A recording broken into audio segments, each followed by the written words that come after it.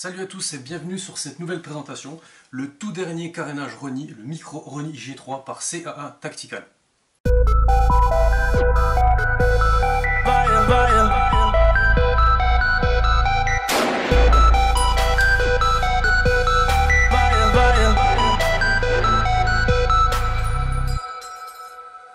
Alors tout d'abord, il existe en trois coloris, donc noir, tan et vérodé. Noir étant forcément la couleur la plus répandue, celui que vous croiserez le plus souvent.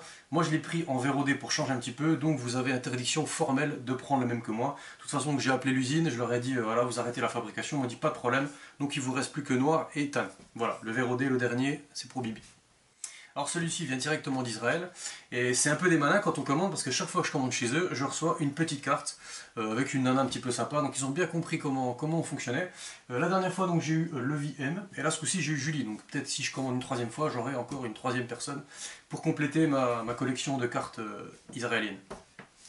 Au niveau de sa composition, donc, il est fabriqué en polymère haute résistance, donc il ne craint ni les chocs, ni l'eau, ni le sel de mer par exemple. Il est très léger du coup grâce à cette fabrication et il a vraiment été conçu plus compact que la précédente version et vraiment taillé pour aller sur le terrain. De base donc il dispose d'un rail Picatinny de 29 cm, un rail supérieur, deux rails Picatinny de 5 cm sur les côtés. Ensuite il y a un emplacement pour une lampe tactique 500 lumens de chez CAA Tactical. Si vous n'avez pas la lampe, donc ils ont prévu une pièce qui reste ici donc pour garder un petit peu l'esthétique du carénage. Il y a aussi une petite sécurité, donc c'est une pièce qui va venir, une molette en fait qui va monter, qui va empêcher l'accès au pontet. Voilà, il y a une crosse rabattable, donc on va appuyer ici derrière, on va rabattre la crosse comme ceci et venir l'accrocher juste devant. Il y a une petite pièce, un petit crochet là dans lequel la crosse vient s'encocher. Une plaque de couche en polymère un petit peu plus souple pour l'amortissement.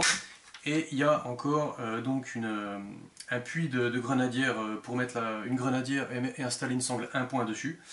Et un puits de chargeur supplémentaire. Donc on peut mettre un chargeur de surplus qui est juste verrouillé donc en force et sorti en force de la même manière. Le puits de chargeur avant donc fait office aussi de poignée avant pour la main faible.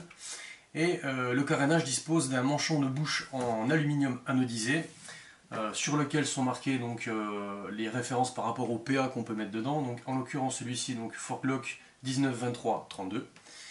Et donc le manchon de bouche en alu, il sert également pour éviter en fait que le Roni prenne feu, même si vous faites une crise de convulsion avec votre index lors de votre séance de tir. Parce que ça reste du polymère, il faut quand même éviter une trop grosse source de chaleur.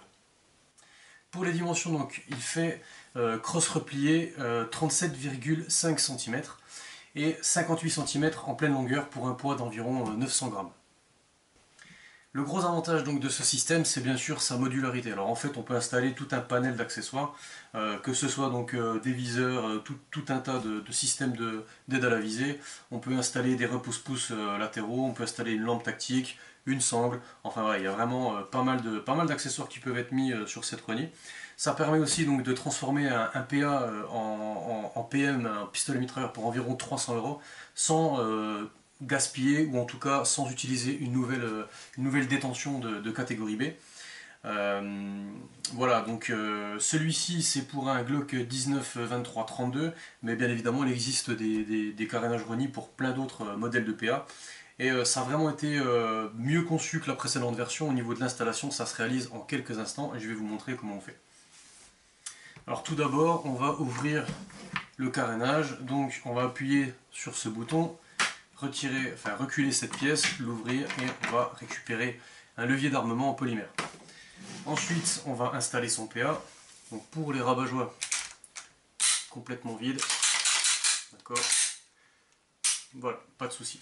Donc on va venir installer donc, le levier d'armement tout simplement comme ça. Hop, je l'ai mis un peu trop loin. Il faut le mettre vraiment à ras des organes de visée. Voilà, là il est installé. On vient glisser son PA comme ça. On le positionne. On pousse, le clic. Donc c'est que c'est inséré.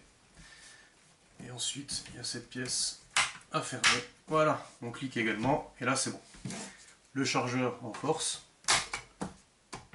Hop, ben comme pas. Oui, si c'est bon, parce qu'il n'y a pas de munitions à l'intérieur. Et voilà, donc là, tout fonctionne bien, pas de souci, sécurité et tir. Donc le démontage, on fait l'inverse, on va venir retirer le chargeur, on va réouvrir en reculant cette pièce, hop, on l'ouvre. Ensuite, pour faire venir donc, le PA vers l'arrière, il faut juste déverrouiller ici. Donc là, il y a un loquet, il faut le lever, reculer le PA. Et après, cette étape, des fois, ça coince un petit peu, il faut juste être au bon endroit. C'est tout simple, voilà. Il faut juste être exactement au bon emplacement. On retire le levier normalement. L'arme est toujours vide, elle ne s'est pas chargée toute seule. Hop. Et on va venir replacer. J'ai oublié de remettre le levier.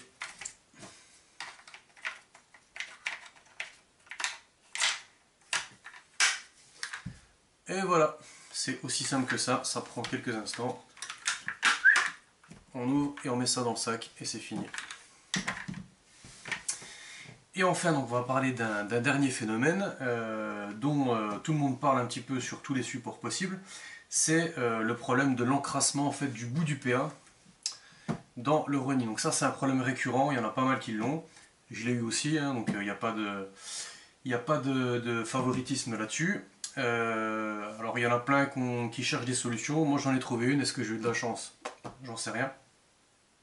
Donc effectivement, donc, au bout de plusieurs coups, donc là celui-ci, j'ai tiré déjà environ 300 coups avec.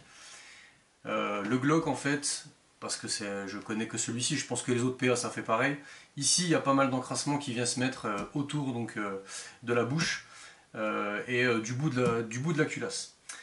Alors le problème c'est qu'après ça forme une espèce de croûte et que malgré les produits qu'on peut utiliser ça part pas vraiment.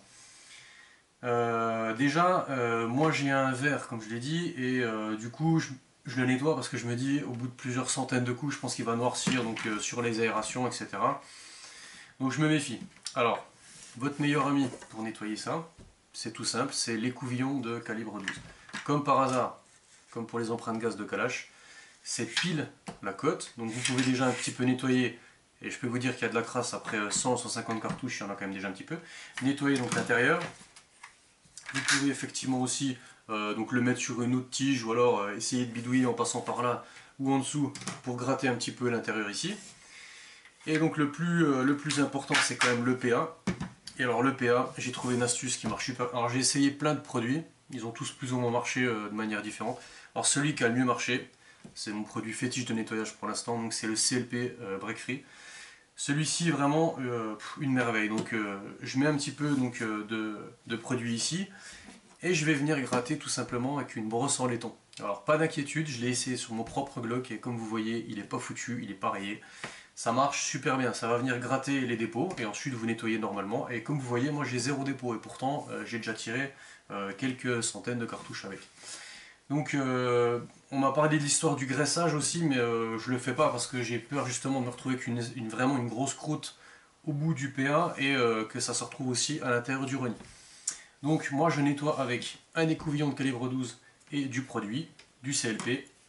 Donc j'utilise ce produit là et j'utilise une brosse en laiton pour gratter le bout du PA et donc préserver mon matériel en bon état de fonctionnement et en bon état de propreté. Voilà, cette vidéo est maintenant terminée, j'espère que ça vous a plu et que ça vous a éventuellement donc décidé à prendre un micro Ronin en noir ou en tan, pas en VROD. N'hésitez pas également donc à liker, partager, mettre un pouce bleu et vous abonner à la chaîne. Et vous pouvez également donc rejoindre ma nouvelle page qui s'appelle Semper Kidex. Je me lance un petit peu donc dans la fabrication et la confection d'étuis en Kidex. J'ai été un petit peu managé par Greg de TFR, vous vous doutez bien. Donc si vous voulez liker, regarder un petit peu ce que je fais et m'encourager, n'hésitez pas donc à rejoindre la page Semper Kidex. Je vous dis à bientôt pour d'autres vidéos. Allez, ciao!